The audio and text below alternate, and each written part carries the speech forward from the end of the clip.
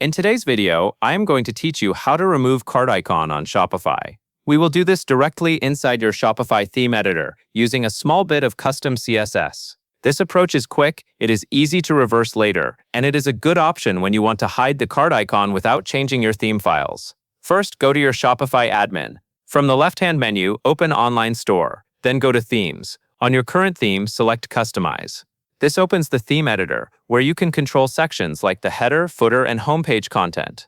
Once you are in the Customize screen, look to the left-hand sidebar where the page sections are listed. Find and click the header section.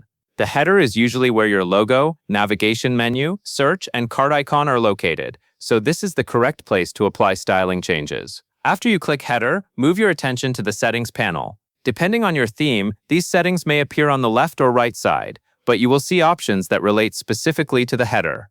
Slowly scroll all the way to the very bottom of the header settings until you find a box labeled Custom CSS. The Custom CSS box lets you add styling rules that apply to the header without editing your theme code. Click into that Custom CSS field and then paste the CSS code you were provided. Make sure you paste the code exactly as it is given, including any punctuation, periods, hashtags, or curly brackets. Even a small typo can prevent the change from working.